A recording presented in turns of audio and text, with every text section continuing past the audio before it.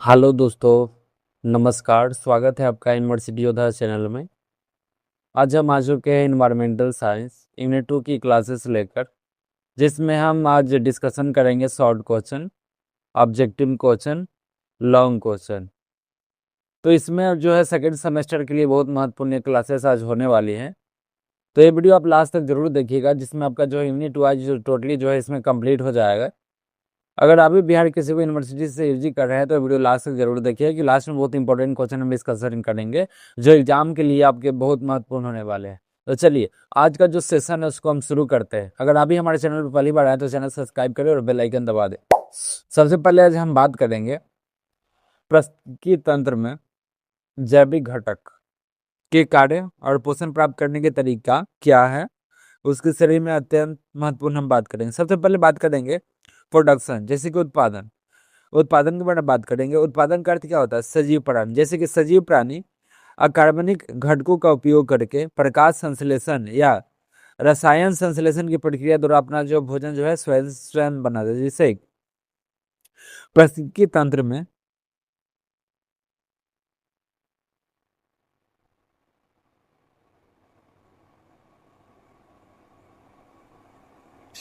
पारिस्थितिकी तंत्र में, ठीक है, इसमें जो क्या होता है भूमिका, स्वपोषी भी कहा जाता है। अब एक किसी भी खास श्रृंखला, जैसे कि सबसे निचले स्तर प्रथम पोषी स्तर पर मौजूद होते हैं। ये सूर्य से प्राप्त ऊर्जा को ग्रहण कर उसे रासायनिक ऊर्जा जैविक पदार्थों में बदलता है। ये सूर्य से जो आने वाली जो प्रकाश है, ठीक है, सूर्य से जो आने वाली प्रकाश है उसके जो है उपयोग करके जैविक पदार्थ में बदलता है। यह ऊर्जा ही पूरे पारिस्थितिकी तंत्र में अन्य जीवों को जीवन का आधार बनाती है। उदाहरण के जैसे कि हरे पौधे, वनस्पति, शैवाल, फ्लाइटो फाइटो प्लांकटन होता है, ठीक है। तो ये सब क्या आएंगे? ये सब उत्पादन में आएंगे। आगे समझते हैं। अब आगे हम समझते हैं उपभोक्ता क्या होता है। उपभोक्ता समझिए। उपभोक्ता, जैसे उपभोक्ता वह जीव होता है, ठीक है, उपभोक्ता वो जीव होता है जो अपना भोजन स्वयं नहीं बनाता, बल्कि प्रत्यक्ष या अप्रत्यक्ष रूप से पोषण, ऊर्जा एवं उपभोग जो उत्पादकों को जो है अन्य जीवों पर निर्भर रहता है, उन्हें विषमपोषी भी कहा जाता है। मतलब जो अपना भोजन खुद स्वयं नहीं बनाता, वो दूसरे पर आश्रित रहता है। मतलब अब इसमें क्या होता है, पारिस्थितिकी तंत्र में भूमिका। ये जीव पारिस्थितिकी तंत्र में ऊर्जा प्रभाव, फ्लो, एनर्जी फ्लो की स्तर को एक दूसरे तक ले जाता है, कार्य करता है और जनसंख्या को नियंत्रित करने, खाद्य जाल को स्थिरता बढ़ाते हैं। उपभोक्ता की श्रेणियां, जैसे कि प्राथमिक उपभोक्ता से शाकाहारी होते हैं, जो सीधे पौधे उत्पादन को ही खाते, जैसे कि टिड्डा हो गया, खरगोश हो गया, गाय हो गया, ये हिरन हो गया। ये क्या हुआ? उपभोक्ता हुआ। ये कब आएंगे? आएंगे आपका प्राथमिक उपभोक्ता में, ठीक है। आगे समझते हैं। अब आपका द्वितीय उपभोक्ता में क्या आएंगे वो समझिए। द्वितीय उपभोक्ता का मतलब होता है मांसाहारी। जैसे कि मांस खाने वाले जो होते हैं वो द्वितीय उपभोक्ता में आते हैं। जैसे कि जो प्राथमिक उपभोक्ता शाकाहारियों का भक्षण करते हैं, जैसे कि प्राथमिक उपभोक्ता कौन हो गया? प्राथमिक उपभोक्ता ये क्या क्या बताया हम आपको। प्राथमिक उपभोक्ता में आएंगे टिड्डा, खरगोश, गाय। मतलब इसका जो शिकार करेगा वो कौन आएगा? द्वितीय उपभोक्ता में आएंगे। जैसे कि ये जो मांसाहारी होते हैं, ठीक है, जो प्राथमिक उपभोक्ता हो जैसे शाकाहारी का भक्षण करते हैं, जैसे कि मेढक हो गया, लोमड़ी हो गया, मकड़ी हो गया, छोटी मछलियां हो गई। तो तृतीय उपभोक्ता क्या होगा?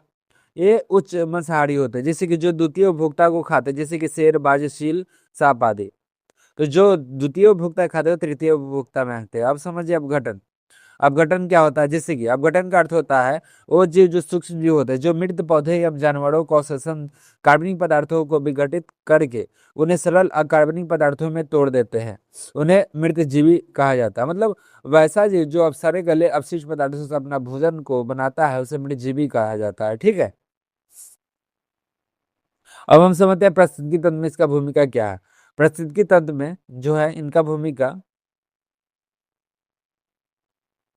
इनकी भूमिका बहुत महत्वपूर्ण है। पोषण तत्वों की पुनः चक्रण और खनिजीकरण करना है। ये अपशिष्ट पदार्थों को विघटित करके कार्बन, नाइट्रोजन, फास्फोरस जैसे आवश्यक तत्वों को वापस मिट्टी में, पर्यावरण में मिला देते हैं, जिससे कि जो है पौधे का जो है तत्वों को जो है मिट्टी से पुनः ग्रहण कर सके। यदि अपघटन ना हो तो मृत जीवी को कचरा इकट्ठा हो जाएगा और पारिस्थितिकी तंत्र जो है कार्यप्रणाली रुक जाएगी। ये उदाहरण के लिए क्या होगा? जीवाणु, कवक, केचुआ। केचुआ को जो है किसान का मित्र कहा जाता है, जो ही अंदर तक ही जो ही अपने खाद को जो है बढ़ाता है, जिससे जो है खेती जो है ज्यादा ज्यादा होती है। उत्पादन, उपभोक्ता और अपघटन का मुख्य अंतर क्या है वो समझिए। अब इसमें समझते हैं, जैसे कि ऊर्जा का स्रोत, जैसे कि उत्पादकों के ऊर्जा का स्रोत सूर्य के प्रकाश जैसे जैविक घटक, उपभोक्ताओं के स्रोत उत्पादक अन्य छोटे जीव होते हैं। वही उपभोक्ताओं के जो ऊर्जा का स्रोत है, जो मृत मृत अवशेषों के जैविक कचरा है। अब खाद्य श्रृंखला का स्थान क्या है, जैसे कि उत्पादक खाद्य श्रृंखला की शुरुआत जो है प्रथम स्तर करते हैं, उपभोक्ताओं के माध्यम से शीर्ष स्तर बनाते हैं, अपघटन खाद्य श्रृंखला के अंत में ही कार्य करते हैं। अब बात करते हैं डिरासिस्ट, जैसे कि खाद्य श्रृंखला का शुरुआत करते हैं, प्रक्रिया में क्या होगा, उत्पादन जो है प्रकाश संश्लेषण द्वारा अकार्बनिक तत्वों को कार्बनिक रूप में बदलते हैं, उपभोक्ता उन कार्बनिक तत्वों का जो है उपभोग करता है, ठीक है। अतः में अपघटन जटिल कार्बनिक तत्वों को भी वापस अकार्बनिक तत्वों में बदलकर प्रकृति को वो लौटा देता है, ठीक है। अब इसका कंक्लूजन समझिए। एक स्वस्थ पारिस्थितिकी तंत्र में इन तीनों घटकों के आपसी संतुलन अनिवार्य है। उत्पादन ऊर्जा के नियम, उपभोक्ता इस ऊर्जा का उपयोग का स्थानांतरण करना, और अपघटन जो है उस चक्र को पूरा करते हुए पदार्थों को जो है प्राकृतिक को लौटाकर पारिस्थितिकी तंत्र को जो है स्थायी बना देता है, ठीक है। अब हम समझते हैं खाद्य श्रृंखला क्या है। पारिस्थितिकी तंत्र में ऊर्जा प्रभाव को समझाने के लिए खाद्य श्रृंखला, खाद्य जाल का विस्तृत जो है वर्णन करना है। तो खाद्य श्रृंखला सबसे पहले आप समझिए फूड चेन क्या होता है। फूड चेन का अर्थ होता है खाद्य श्रृंखला एक सरल रैखिक कर्म है जो दर्शाता है कि पारिस्थितिकी तंत्र में कौन सा जीव अन्य जीव को खाता है। यह जीव की वह श्रृंखला है जिसके माध्यम से भोजन और उसमें निहित ऊर्जा एक पोषण स्तर से दूसरे पोषण स्तर में जो है प्रभावित होती है, ठीक है। खाद्य श्रृंखला की कार्यप्रणाली क्या है, इसमें ऊर्जा का प्रभाव हमेशा एक ही दिशा में होता है, ठीक है। इसकी शुरुआत जो है हमेशा सौपेशी उत्पादन जैसे कि हरे पौधे से होती है, जिसे प्राथमिक उपभोक्ता शाकाहारी खाते हैं, ठीक है। इसके बाद द्वितीय उपभोक्ता और तृतीय उपभोक्ता मांसाहारी आते हैं, और अंत में मृतजीवी जो है अपघटन होते हैं। अपघटन जो विघटित कर देता है। अब इसके प्रकार क्या है समझिए, जैसे कि खाद्य चरण का जो है क्या है, यह हरे पौधे उत्पादन से ही शुरू होता है, उपभोक्ताओं तक जाता है। अब अपवर्तन, अपवर्तक क्या है, खाद्य श्रृंखला जैसे कि उसकी शुरुआत जो है मृत कार्बनिक पदार्थ जैसे कि सड़े गले पौधे जीव जीव से होता है। ये अपघटक तथा केचुआ जैसे कि जीव पर निर्भर करती है। जैसे उदाहरण के लिए क्या समझे, जैसे घास, घास उत्पादन होगा, हिरन क्या प्राथमिक उपभोक्ता है, बाघ क्या है, हिरन को कौन सा खाएगा, जैसे कि समझिए, जैसे कि हिरन है, हिरन को कौन खाएगा, हिरन घास उत्पादन है, घास को कौन खाएगा, हिरन। तो हिरन आपका क्या होगा, प्राथमिक उपभोक्ता हो गया, ठीक है। अब प्राथमिक उपभोक्ता जैसे कि हो गया, द्वितीय उपभोक्ता कौन है, बाघ हो गया, तो हिरन को कौन खाएगा, बाघ खाएगा, ठीक है। यह ऊर्जा घास से हिरन और हिरन से बाघ एक सीधी रेखा में प्रभावित होती है। मतलब जैसे कि घास से किस में गया, घास से गया हिरन में, ठीक है। हिरन से किस में गया, हिरन से गया आपका बाघ में, बाघ से किस में गया, तो ये जो है ऊर्जा सीधी रेखा में प्रभावित होती है, ठीक है। एक खास श्रृंखला है। अब हम खाद्य जल के बारे में बात करते हैं। फूड वेब क्या है, इसका अर्थ क्या होता है, प्रकृति में कोई भी खाद्य श्रृंखला पूरी तरह से अलग थलग होकर काम नहीं करता। खाद्य श्रृंखलाएं आपस में जुड़कर एक जटिल नेटवर्क बनाती है, जिसे खाद्य जाल भी कहा जाता है, ठीक है। खाद्य जाल की जो कार्यप्रणाली क्या है, एक पारिस्थितिकी तंत्र में एक जीव अपने भोजन के लिए केवल किसी एक ही विशेष जीव पर निर्भर नहीं रहता, उसके पास ऊर्जा प्राप्त करने के लिए विकल्प होते हैं, जबकि विभिन्न जीव को जो है भोजन के लिए एक दूसरे पर जो है कई तरह से निर्भर होते हैं, तो ऊर्जा कई दिशाओं में प्रभावित होती है। अब पारिस्थितिकी तंत्र की स्थिरता की बात करते हैं, जैसे कि खाद्य जाल पारिस्थितिकी तंत्र को अधिक स्थिरता प्रदान करता है, क्योंकि इसमें जो है उच्च स्तर के जीव विविधता शामिल होते हैं। इसलिए यदि खाद्य जाल में कोई एक प्रजाति नष्ट या कम हो जाती है, तो इसे शिकारी जो है जीवित रहने के लिए एक दूसरे को विकल्प जीव शिकार कर सकते हैं, ठीक है। अब एग्जाम्पल के लिए समझिए, जैसे कि उदाहरण के लिए एक वन में घास को हिरन, खरगोश और टीडा तीनों खा सकते हैं, ठीक है।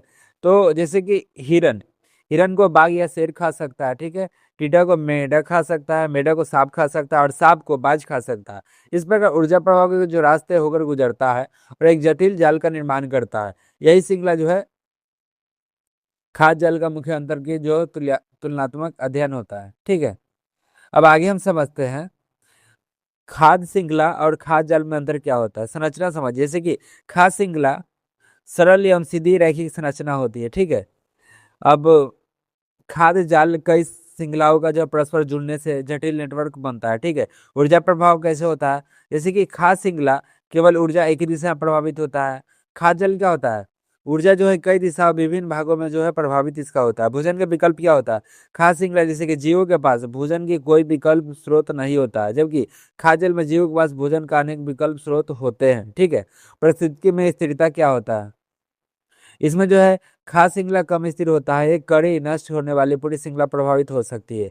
खाद्य जल क्या है, अधिक स्तर होता है, जैव विविधता के कारण संतुलन बनाए रखता है। जीवों की संख्या क्या होगा, खाद्य श्रृंखला में जीवों एवं पोषण स्तरों की संख्या सीमित होती है। खाद्य जल क्या होता है, जो अनेक जीवों और पोषक स्तर को आपस में जुड़े होते हैं। ठीक है, निष्कर्ष इसका क्या होगा, खाद्य जल श्रृंखला ऊर्जा ऊर्जा प्रभाव का एक सरल मार्ग है, जबकि खाद्य जाल में अनेक खाद्य श्रृंखलाओं का जटिल एवं अधिक स्तर नेटवर्क होता है। अब हम समझते हैं पारिस्थितिकी तंत्र में ऊर्जा प्रभाव के 10% नियम का विस्तृत वर्णन करें। तो पारिस्थितिकी तंत्र में जो है ऊर्जा प्रभाव का जो है प्रक्रिया, पारिस्थितिकी तंत्र में ऊर्जा प्रभाव का खाद्य श्रृंखला के माध्यम से उत्पादकों को लेकर उपभोक्ताओं के अंततः अपघटन तक होता है। ऊर्जा प्रभाव का मुख्य विशेषता क्या है वो समझिए। जैसे कि पारिस्थितिकी तंत्र में ऊर्जा का प्रभाव हमेशा एक ही दिशा में होता है। ऊर्जा सूर्य से उत्पादक पौधे में आती है। ठीक है, वहां से शाकाहारी और मांसाहारी जीव की ओर बढ़ती है। यह ऊर्जा कभी भी उल्टी दिशा में उत्पादकों के सूर्य की ओर नहीं लौटता है। ठीक है, ये सीधा दिशा में जाता है।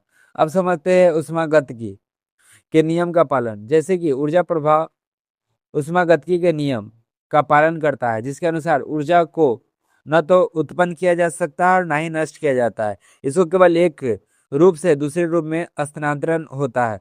जीवित प्रणाली जैसे कि पौधे और सौर ऊर्जा ग्रहण करने में उसे रासायनिक ऊर्जा भोजन में बदल देते हैं।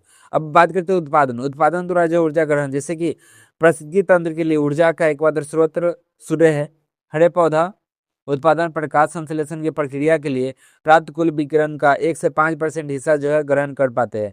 यह समिति जो है पूरे पूरे ऊर्जा के जीव मंडल पर आधार बनाती है। अब 10% ऊर्जा का नियम क्या है, 10% रूल ऑफ एनर्जी ट्रांसफर। जैसे कि ऊर्जा प्रभाव को स्पष्ट करने के लिए 1942 में रेमंड लिंडमैन ने, ठीक है, 10% ऊर्जा का जो है नियम कौन दिया था, 10% ऊर्जा का नियम कौन दिया था, 1942 में रेमंड लिंडमैन ने दिया था। ठीक है, आगे समझे उन्होंने क्या बोला था। उनका नियम था, यह नियम स्पष्ट करता है कि खाद्य श्रृंखला में जब ऊर्जा का पोषण स्तर उसके ठीक ऊपर वाले अगले पोषण स्तर में स्थानांतरण होता है तो केवल 10% ऊर्जा ही अगले स्तर में जीवों को जो है प्राप्त हो जाती है। ठीक है, अब शेष जो है 90% ऊर्जा का क्षय बचे। लगभग 90% ऊर्जा का विशेष पोषण स्तर जीवों द्वारा अपने जैविक चयापचय प्रक्रिया जैसे कि जीवित रहने वाले, वृद्धि करने वाले, श्वसन, प्रजनन पे खर्च ली जाती है। इसका बड़ा हिस्सा उष्मा पर्यावरण जो है नष्ट हो जाता है। और 10% नियम का उदाहरण क्या है, जो जैसे कि ऊर्जा में इस ह्रास में वन पारिस्थितिकी तंत्र का उदाहरण समझा। उत्पादन के मान लीजिए कि घास और पौधे का सूर्य जो है 1 लाख जूल ऊर्जा प्राप्त होता है। ठीक है, तो इसमें तृतीय उपभोक्ता के अंत में जैसे कि मांसाहारी केवल 100 जूल ऊर्जा ही उपलब्ध करावे। पारिस्थितिकी महत्व का निष्कर्ष यही कारण है कि पारिस्थितिकी तंत्र के निचले स्तर उत्पादक की ऊर्जा की प्रचुरता होती है, इसलिए उसकी संख्या जो है सबसे अधिक होती है। जैसे जैसे हम खाद्य श्रृंखला के शीर्ष शिकारियों की ओर बढ़ते हैं, ऊर्जा की मात्रा जो है कम हो जाती है। ऊर्जा की इसी कमी के कारण किसी भी पारिस्थितिकी तंत्र में खाद्य श्रृंखला बहुत लंबी नहीं हो सकती। प्रायः 4 से 5 पोषण स्तर से मिट्टी जो है शेर, बाघ, चील जो है प्राकृतिक रूप में कम होते हैं। अब हम जो है 15 जो है आपका ऑब्जेक्टिव क्वेश्चन डिस्कशन करेंगे, तो ये वीडियो लास्ट तक आप जरूर देखिएगा। सबसे पहले समझेंगे इकोसिस्टम शब्द का जो है प्रतिपादन कौन किया था। तो इकोसिस्टम का को दिया था एजी ट्रांसलेट ने किया था। हम जो कोशिश कर रहे हैं ना आपको ज़्यादा ज़्यादा रिसोर्स दे, तो आप जो है हमारे चैनल को सपोर्ट कीजिए, हमारा ज़्यादा ज़्यादा सपोर्ट कीजिए और इस चैनल को जो है अपने महत्वपूर्ण दोस्तों के साथ शेयर करें, ताकि जो है हम और भी महत्वपूर्ण अपडेट लाएं, जिससे जो है आप जो है सेमेस्टर की पूरी तैयारी आसानी से कर पाए, और यूनिवर्सिटी अपडेट और कॉलेज अपडेट जो है सबसे पहले आपको मिलेगी। तो ये चैनल जरूर से आप सब्सक्राइब करें और लाइक करें, शेयर करें, और वीडियो हमारा बताएं कि आप कौन से यूनिवर्सिटी से अपनी पढ़ाई कर रहे हैं, आप किस सेमेस्टर में हैं। तो चलिए दूसरा क्वेश्चन समझते हैं। दूसरा क्वेश्चन आपका क्या है? दूसरा क्वेश्चन है, निम्नलिखित में से कौन से पारिस्थितिकी तंत्र का अजैविक घटक है? तो अजैविक घटक कौन है? सूर्य का प्रकाश है, ठीक है। अजैविक घटक आपका सूर्य का प्रकाश हो गया। अब तीसरा क्वेश्चन क्या है? प्रकाश संश्लेषण द्वारा अपना भोजन स्वयं बनाने वाला जीव कौन है? तो प्रकाश संश्लेषण के द्वारा जो है अपना भोजन बनाता है वो क्या कहलाता है? उत्पादक कहलाता है, ठीक है, उत्पादक। अगला क्वेश्चन समझिए, जीवाणु और कवक पारिस्थितिकी तंत्र में किस प्रकार रूप में कार्य करता है? तो ये जो है अपघटन के रूप में कार्य करता है। जीवाणु और कवक पारिस्थितिकी तंत्र किस प्रकार कार्य करता है? अपघटन के रूप में कार्य करता है, ठीक है। आगे समझिए, आगे आपका है, मृत कार्बनिक पदार्थों से आरंभ होने वाली क्या है खास श्रृंखला क्या कहलाती है? तो अपर्दक खास श्रृंखला कहलाती है। जो मृत कार्बनिक पदार्थों के आरंभ होने वाली खास श्रृंखला क्या कहलाती है? अपर्दन अपर्दक खास श्रृंखला कहलाती है, ठीक है। आगे समझिए, पारिस्थितिकी तंत्र को अधिक स्थिरता कौन प्रदान करता है? तो पारिस्थितिकी तंत्र को अधिक स्थिरता कौन प्रदान करता है? खाद्य जल प्राप्त करता है, ठीक है। अब समझते हैं पारिस्थितिकी तंत्र में ऊर्जा प्रभाव का को कैसा होता है? पारिस्थितिकी तंत्र में ऊर्जा प्रभाव कैसा होता है? तो पारिस्थितिकी तंत्र में एक दिशीय होता है, ठीक है। आगे समझते हैं। अब 10% ऊर्जा का नियम कौन दिया था? रेमंड लिंडेमैन ने दिया था, ठीक है, 10% ऊर्जा का नियम। और 10% ऊर्जा के नियम में 90% ऊर्जा का क्या होता है? तो 90% ऊर्जा क्या होता है? शोषण में वृद्धि, ऊष्मा के रूप में व्यय हो जाता है, ठीक है। अगला क्वेश्चन समझिए, मरुस्थलीय मरुस्थलीय पारिस्थितिकी तंत्र में सामान्य वार्षिक वर्षा कितनी होती है? तो इसमें होता है 25 सेंटीमीटर से कम होता है, ठीक है। 25 से 75 सेंटीमीटर वर्षा वाले क्षेत्र में कौन सा पारिस्थितिक तंत्र पाया जाता है? तो इसमें कौन पाया जाता है? घास भूमि पाया जाता है। जहाँ 25 से 75 सेंटीमीटर वार्षिक वर्षा वाला क्षेत्र होता है वो होता है घास भूमि होता है, ठीक है। आगे समझते हैं। आगे आपका क्वेश्चन है, झील तालाब जैसे स्तर जल वाले पारिस्थितिकी तंत्र को क्या कहते हैं? उसको बोलते हैं लैटिक, ठीक है। झील और तालाब जैसे स्थिर जल वाले पारिस्थितिकी तंत्र को क्या कहते हैं? लैटिक कहते हैं। आगे समझिए, जैसे कि जलीय पारिस्थितिकी तंत्र में पानी का बहाव पर निर्भर सूक्ष्म जीव क्या कहलाता है? तो ये पल्लवक बोलते हैं, ठीक है, पल्लवक बोलते हैं। जलीय जीव पारिस्थितिकी तंत्र में जो है पानी के बहाव निर्भर करने वाले क्या पल्लवक बोलते हैं, ठीक है। आगे समझते हैं। आगे आपका 14 क्वेश्चन है, जहाँ नदी का मीठा पानी समुद्र के खारे पानी में मिलता है तो उसे क्या कहा जाता है? उसे बोला जाता है मुहाना। जो है नदी का जो मीठा पानी जो है ना समुद्र के खारे पानी में मिलता है तो उसको क्या बोलेंगे? मुहाना बोलेंगे, ठीक है। आपका जो है अंतिम क्वेश्चन है, निम्नलिखित में सबसे अधिक उत्पादन पारिस्थितिकी तंत्र कौन सा माना जाता है? तो क्या होगा? मुहाना ही होगा, ठीक है। तो आज का क्वेश्चन आपका यहीं तक रखते हैं हम, फिर आते हैं हम नेक्स्ट सेक्शन के साथ। बहुत बहुत धन्यवाद आपका यह वीडियो देखने के लिए। आपका जो है यूनिट 2 लगभग कंप्लीट है। अब नेक्स्ट वीडियो जो है आपका यूनिट 3 आएगा। तो आज के सेशन में यहीं तक रखते हैं, धन्यवाद।